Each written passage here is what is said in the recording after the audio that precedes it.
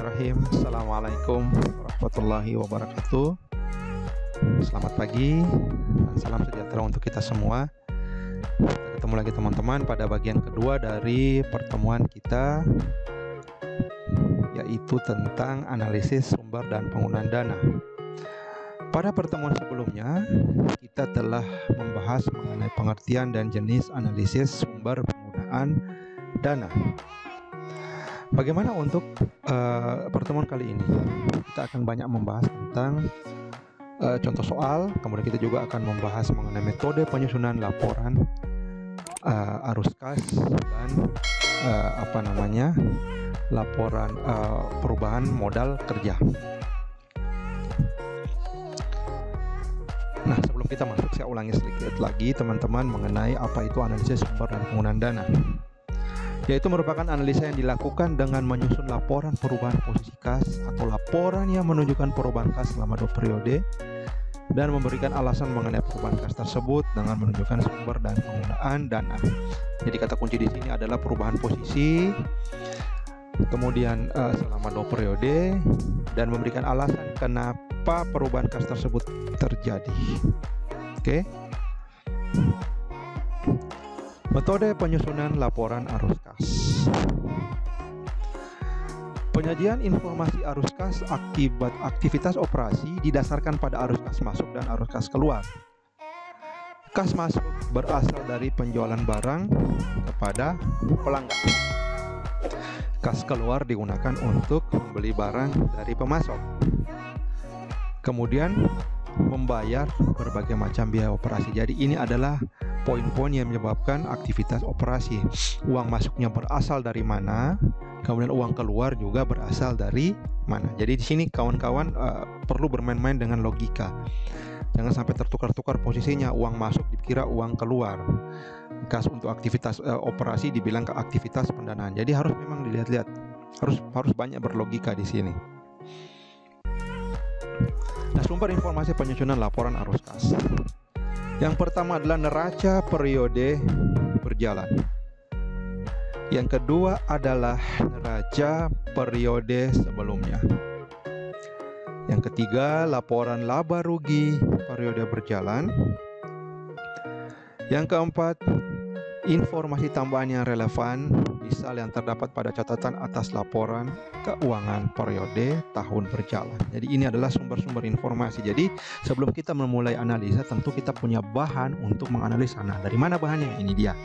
Dari neraca periode sekarang, periode sebelumnya, laba rugi periode berjalan, kemudian informasi tambahan yang relevan. Nah, langkah-langkah pertama, menghitung perubahan saldo kas dan setara kas pada periode berjalan dari periode sebelumnya. Yang kedua, menghitung perubahan rekening-rekening neraca selain kas dan setara kas. Sekali lagi, selain kas dan setara kas. Nah, menentukan klasifikasi arus kas ke dalam aktivitas operasi, investasi, dan pendanaan. Menyusun laporan arus kas. Nah, di sini sebelum kita lanjut, nanti silakan kawan-kawan ketik di grup, kenapa kita harus menghitung perubahan rekening neraca selain kas dan setara kas. Oke? Sekali lagi, kenapa kita harus menghitung perubahan rekening neraca selain kas dan setara kas? Kenapa kas dan setara kas tidak perlu kita hitung? Nah, jawabannya nanti di chat di grup. Oke? Langkah pertama, nah ini asumsi saya, kita sudah punya laporan keuangan, oke, untuk neraca di tahun 2009-2010. Kas di tahun 2009 itu 2.400, di 2010 3.000, berarti selisihnya 600. Surat berharga tidak ada. Nah, dijumlahkan jadi 2.400 dan 300. Saya rubah jadi pointer, jadi laser. Oke, 2.400, 3.000. Selisih perubahan adalah, berarti kas kita bertambah, perubahannya 600. Langkah kedua dan langkah ketiga. Nah, piutang dagang. Di piutang dagang di 2009 itu 4.000. Sedangkan di 2010 turun jadi 3.900. Berarti ada selisih kurang. Nah, ini kita klasifikasi sebagai aktivitas operasi. Nah, begitu juga persediaan.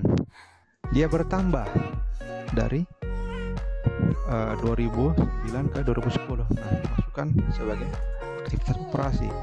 Nah, untuk aktiva tetap tanah, dia berkurang 500 rupiah. Nah, kita masukkan sebagai aktivitas investasi. Oke. Kemudian peralatan naik 1.000. Kita kategorikan dia sebagai investasi karena kan segala macam aktivitas investasi. Kemudian akumulasi, depresiasi. Nah, karena akumulasi depresiasi ini kan dia uang masuk, maka kita masukkan dia sebagai operasi, bukan investasi, karena depresiasi sebagai akibat aktivitas investasi. Jadi, uang masuknya itu disebut aktivitas operasi. Nah, utang dagang, aktivitas operasi. Utang pajak, operasi. Nah, kemudian utang obligasi. Nah, ini kita sumber pendanaan karena kita membutuhkan biaya untuk operasional perusahaan, makanya kita membutuhkan dana. Kemudian modal, ya kan, naik 2.500, agio saham naik 500, laba ditahan juga naik. Aktivitas operasi. Ini bukan 3.500, ini 100, ini 200, ini sebagai aktivitas operasi ya. Jadi selisih 3.300. Jadi ini semua kawan-kawan kita masukkan ke pos-posnya. Nah, kalau kita menggunakan metode langsung, nah ini kita melapor harus kas operasi. Ini kalau kita simpulkan dari yang tadi, kas yang diterima pelanggan sekian, oke, kas yang dibayarkan. Nah, ini kan uang keluar, kas dibayarkan uang keluar, diterima uang masuk, kas yang dibayarkan untuk biaya. Nah, harus kas operasi sekian. Begitu juga investasi, kita menjual tanah, ada uang masuk, kemudian kita membeli peralatan, uang keluar, berarti arus kas bersih investasi itu sisa 500. Oke, kawan-kawan perhatikan ya, uang masuk kita keluarkan uang, terus uang masuk, uang keluar kita membayar, uang keluar kita dibayar, uang masuk. Nah, ini investasi. Oke.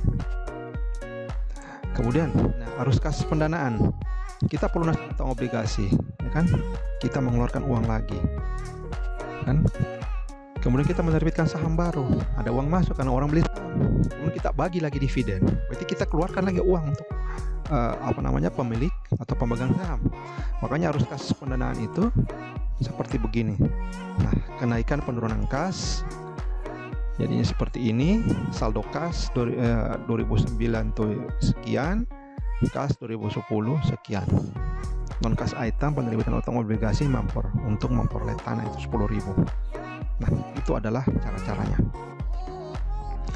Kesimpulannya, pada tahun 2010 mengalami kenaikan sebesar 100.000. Hal itu disebabkan karena jumlah penerimaan kas yang terjadi lebih besar daripada jumlah pengeluaran. Kas naik. Kemudian jumlah penerimaan kas yang terjadi pada tahun 2010 sebesar 26.600.000. Masing-masing berasal dari kegiatan operasi sebesar 20.100.000, dari kegiatan investasi atau penjualan tanah sebesar 1.500.000, dan dari kegiatan pendanaan penerbitan saham baru sebesar 3 juta. Nah, jumlah pengeluaran kas yang terjadi pada tahun 2010 sebesar 26.600.000 masing-masing untuk membiayai, ya kan, uang keluar itu kan kita biayai kegiatan operasi sebesar sekian, membeli barang dagangan sekian, membayar biaya operasi sekian, untuk membiayai kegiatan investasi atau membeli peralatan sekian, untuk membiayai kegiatan pendanaan sebesar 8.300.000 untuk melunasi obligasi 5 juta dan membayar dividen 3.300.000. Jadi pada tahun 2010 perusahaan berhasil dalam menjalankan kegiatan operasinya sehingga bisa membayar dividen, bahkan bisa membiayai ekspansi dan meningkatkan jumlah kas. Berarti kita punya kas surplus. Pada ketika kita punya kas surplus, kita bisa membayar dari uang hasil operasional. Oke, bisa membeli ekspansi dan meningkatkan jumlah kasnya. Namun demikian, pada tahun yang akan datang, perusahaan dituntut untuk benar-benar bisa memanfaatkan ekspansi tersebut sehingga berhasil meningkatkan penerimaan kas dalam jumlah yang lebih besar lagi. Mengingat kewajiban keuangan perusahaan atau utang obligasi dan bunga di masa mendatang juga akan semakin berat. Hal itu disebabkan karena pada tahun 2010 perusahaan juga melakukan ekspansi dalam bentuk pembelian tanah yang didanai dengan menggunakan tambahan utang obligasi. Otomatis kalau kita membeli menggunakan hutang, biaya bunga akan kita dapatkan. Oke teman-teman, ini adalah bentuk kesimpulannya. Nah, yang kedua, setelah kita berbicara mengenai arus kas, kita berbicara mengenai arus modal kerja. Apa itu arus analisis modal kerja? Merupakan analisis laporan keuangan yang bertujuan untuk mendapatkan informasi tentang perubahan modal kerja perusahaan serta sebab-sebab perubahan tersebut pada suatu periode.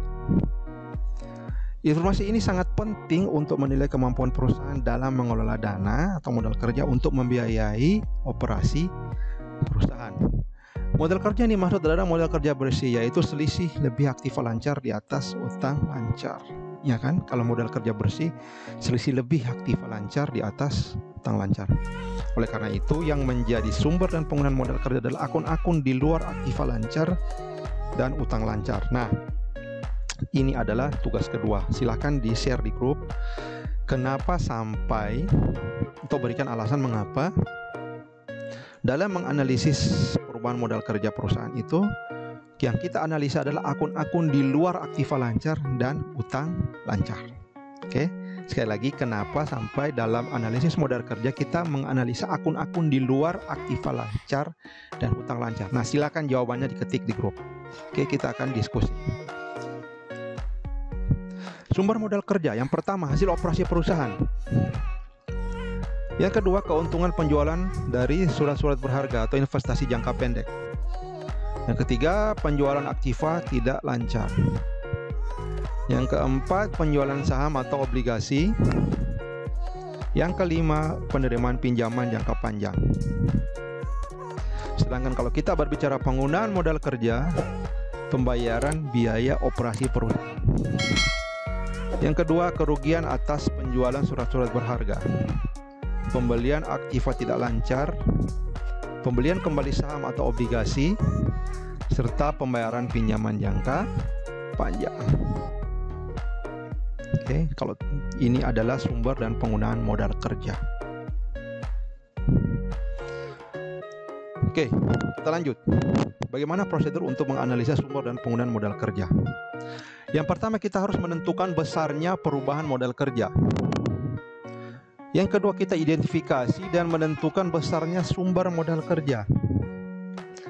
Yang ketiga, kita mengidentifikasi dan menentukan besarnya penggunaan modal kerja.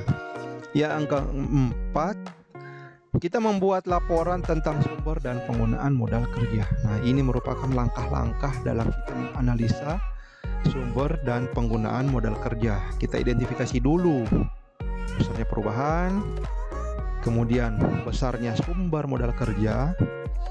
Oke, kita identifikasi dan setelah sumber modal kerja, kemudian kita identifikasi di mana atau sumber atau dari mana penggunaan modal kerja. Setelah itu kita membuat laporan tentang sumber dan penggunaan modal kerja. Oke, kita masuk ke contoh soal. Nah, ini ada dalam laporan keuangan. Pos-pos dalam neraca. Pertama, kas, berharga, piutang, dan lain sebagainya. Ini adalah periodenya 2010-2011, kemudian kenaikan turunan.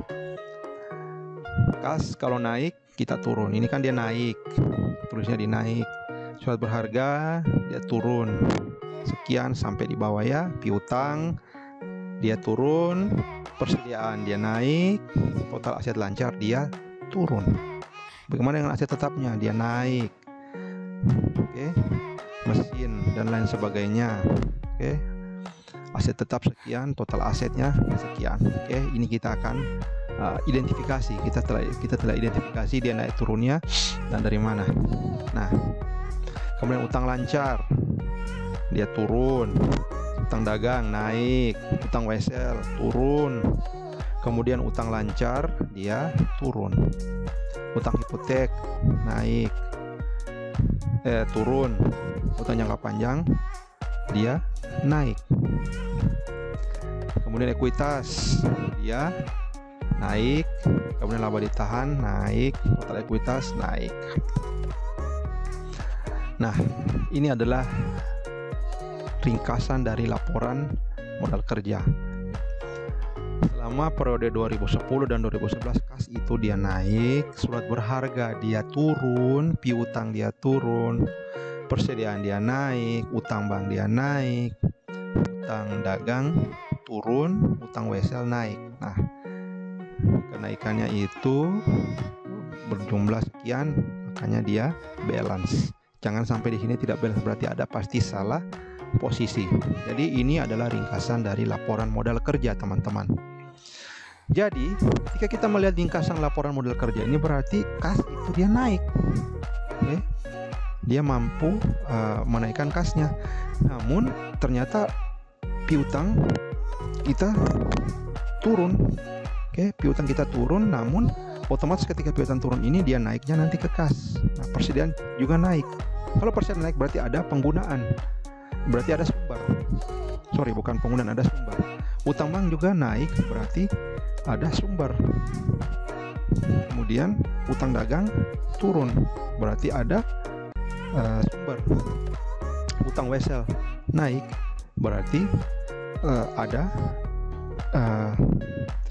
utang wesel dia naik, berarti ada sumber. Karena naik kan, berarti dia mengeluarkan, berarti dia meminjam lagi, ada sumber dana lagi. Oke. Jadi ketika di rekapitulasi kenaikan modal kerja itu 210. Nah, jadi aktivitas-aktivitas ini merupakan aktivitas laporan modal kerja. Silakan kawan-kawan perhatikan. Sekali lagi harap diperhatikan karena ini berbicara angka-angka dan berbicara pos. Jadi kita sekali lagi dalam analisa laporan sumber dan penggunaan dana ini kita perlu menggunakan logika kita. Dari mana dan untuk apa? Ketika uang masuk itu dasar dari mana? Ketika uang keluar itu dia dari mana dan untuk apa? Kapan dia harus kita masukkan ke sumber? Kapan dia harus masukkan ke penggunaan? Jadi sekali lagi silahkan diperhatikan baik-baik. Oke, kenaikan modal kerja. Oke teman-teman, terima kasih. Materi kita tidak banyak. Silahkan kawan-kawan buka-buka lagi catatan, buka-buka lagi mungkin combine materi dengan materi-materi lain di YouTube, terutama latihan-latihan soalnya. Karena kalau kita hanya hanya berlandaskan dengan materi-materi seperti ini tanpa kita latihan, tentu akan kurang. Jadi nanti saya akan berikan latihan soal supaya kita mampu untuk menyusun laporan sumber dan penggunaan dana dari aktivitas arus kas dan aktivitas modal kerja. Terima kasih atas perhatiannya. Sampai ketemu untuk materi selanjutnya. Wabillahi taufiq wal hidayah. Assalamualaikum warahmatullahi wabarakatuh.